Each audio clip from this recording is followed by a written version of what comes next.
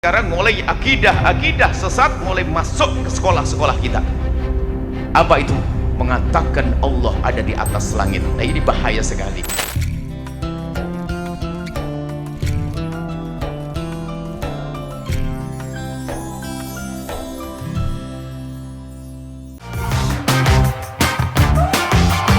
Ini yang bikin bangga bersarung mangga. Yang merasa dirinya ahli ibadah, hei ahli ibadah yang sering tahajudan, puasa Senin Kemis tak pernah putus, belum cukup. Zikirnya puluhan ribu, belum cukup. Tanyakan bagaimana urusanmu dengan suamimu, hai para istri. Urusanmu dengan istrimu, wahai para suami. Urusan dengan ayahmu, wahai anak. Urusan dengan anakmu, wahai ayah dan ibu. Tidak cukup engkau Allahu Akbar saja, tapi Assalamualaikumnya tidak benar. Sehingga orang baik itu adalah orang yang baik kepada Allah dan baik kepada sesama manusia. Ada orang baik kepada Allah tapi tidak baik kepada manusia, tidak dianggap baik dia. Bahkan dikisahkan suatu ketika seorang perempuan tudkar bi kathratis sholati wasyami. Seorang perempuan yang disebut dia adalah banyak sholatnya, banyak puasanya, perempuan hebat, ahli ibadah. Mengagumkan sahabat Nabi, terkagum-kagum di saat mendengar berita tentang seorang perempuan yang banyak sholatnya, banyak puasanya. Akan tapi cerita itu ada lanjutannya. Hanya saja ya Rasulullah, dia punya kebiasaan jelek. Kalau ngomong suka nyelekit sama tetangganya. Airan anallah syai'an bi itu bihi jirana. Dia punya kebiasaan nyakiti tetangganya. Celekat-celikit kalau ngomong. Spontan Nabi menjawab, la khaira fiha, enggak ada baiknya perempuan itu, innaha min ahlin nar, dia adalah ahli neraka. Kayaknya ahli ibadah, kadang memang ujiannya orang ahli ibadah adalah dia merasa sudah kayak punya surga, petentang-petenteng, lihat orang merendahkan, ngomong celekat-celekit. Seorang laki-laki yang ahli ibadah kadang gampang remehkan istrinya, apalagi seorang perempuan yang merasa dia sering hadir pengajian, tahajudnya banyak, puasanya banyak, ngomong sama suaminya pun juga kadang celekat-celekit. Kita celekat-celekit kepada tetangga saja menjadi sebab masuk neraka. Bagaimana kita kalau ngomong celekat-celekit kepada orang di dalam rumah kita? Fahami hai hamba Allah. Mana sholatmu? Makanya kalau orang sholatnya benar, tanhanil fahsya'i wal munkar.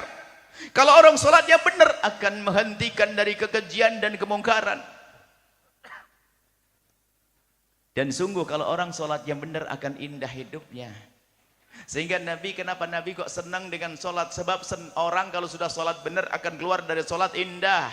Sehingga Nabi itu kalau ketemu Bilal, ya Bilal arihna bis sholah, ya Bilal arihna bis sholah, ya Bilal arihna bis sholah.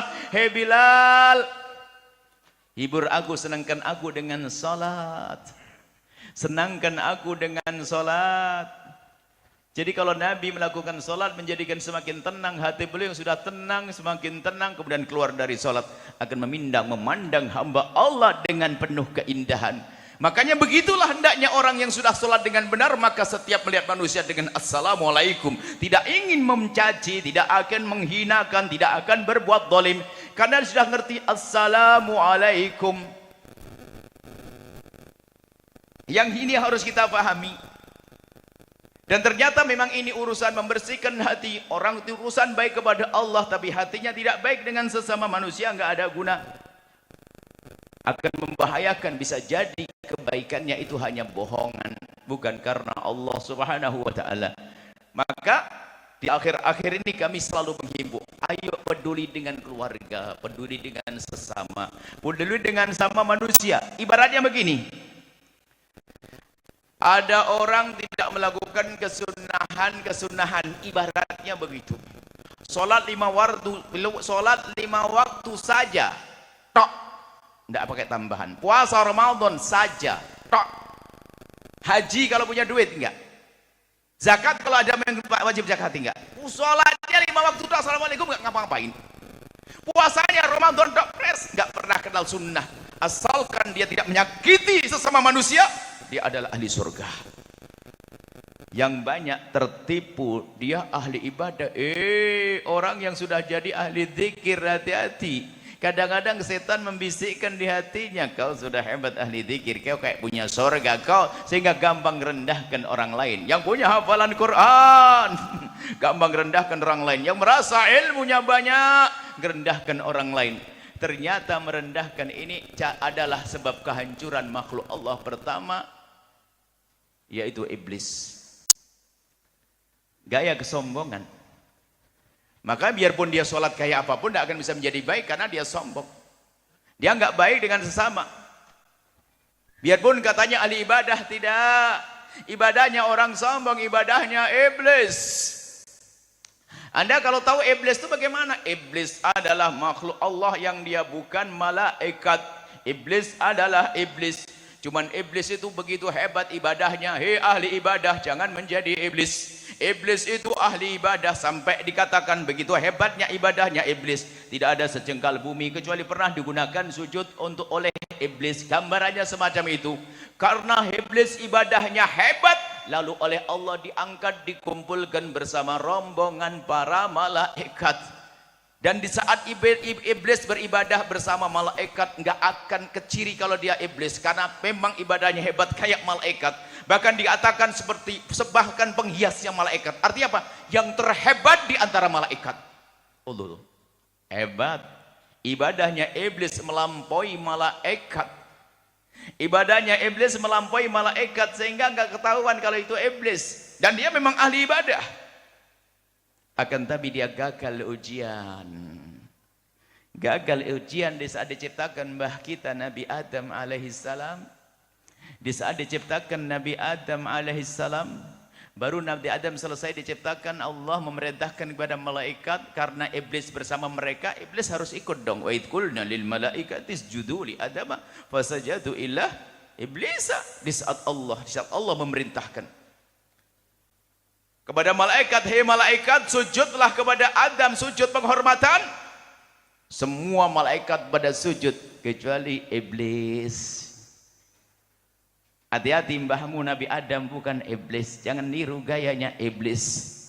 Gaya iblis adalah itu, lihat, di saat disuruh hormat kepada Nabi Adam, dia nggak mau. Nggak mau pun pakai menggunakan akalnya. Rumusnya apa ini kok aku harus hormat kepada Adam? Adam baru diciptakan, belum punya prestasi. Aku ribuan tahun sudah sujud kepada Allah. Prestasi aku punya hafalan Quran. Aku hafal Alfiyah Ibnu Malik. Aku hafal ini. Aku fikih ngerti. Aku ahli tarekah ini. Semuanya. Aku sudah kelas begini, suruh hormat sama si dia. Ini gimana rumusnya? Kok aku suruh sujud pada Adam? Adam prestasinya apa? Satu sujud saja belum bisa, belum punya. Kok aku suruh sujud kepada Adam? Ini godaan orang-orang yang sudah pangkat tinggi ahli ibadah. Hati-hati, hei ahli ibadah, ahli zikir, yang masuk tarekah, yang sudah punya hafalan Quran. Kita perlu kajian seperti ini, supaya kita tidak kepleset merasa kita sudah punya surga, padahal neraka sudah justru yang kita bawa. Iblis tidak mau sujud, dia mikir, ini rumusnya bagaimana?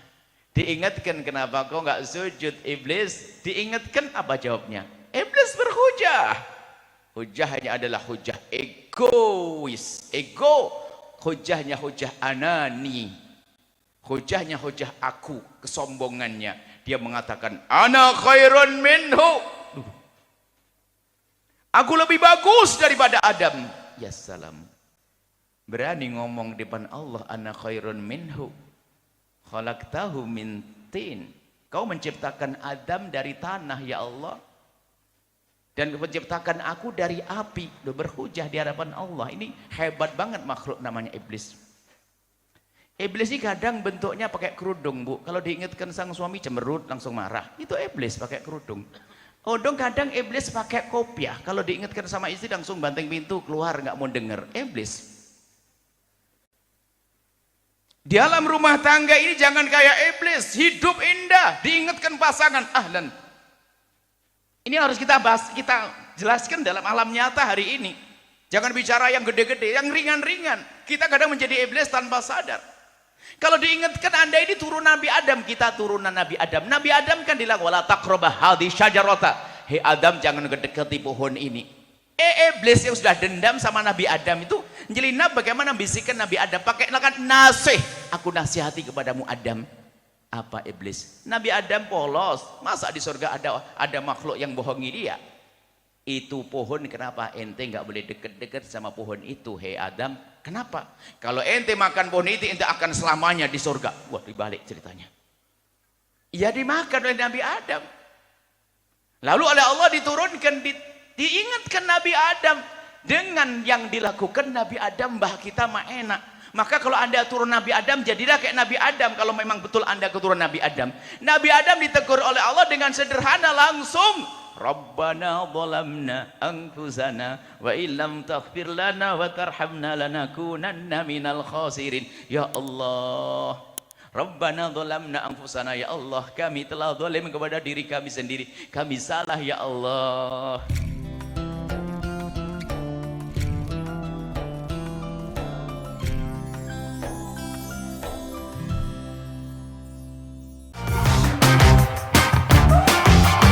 Ini yang bikin bangga. Bangga bersarung mangga. Sahabat Al-Bahjah TV, setelah menyaksikan video ini, jangan lupa bersolawat kepada baginda Nabi Muhammad. Shollu ala Nabi Muhammad. Allahumma sholli alaihi wa ala alihi wa sahbihi.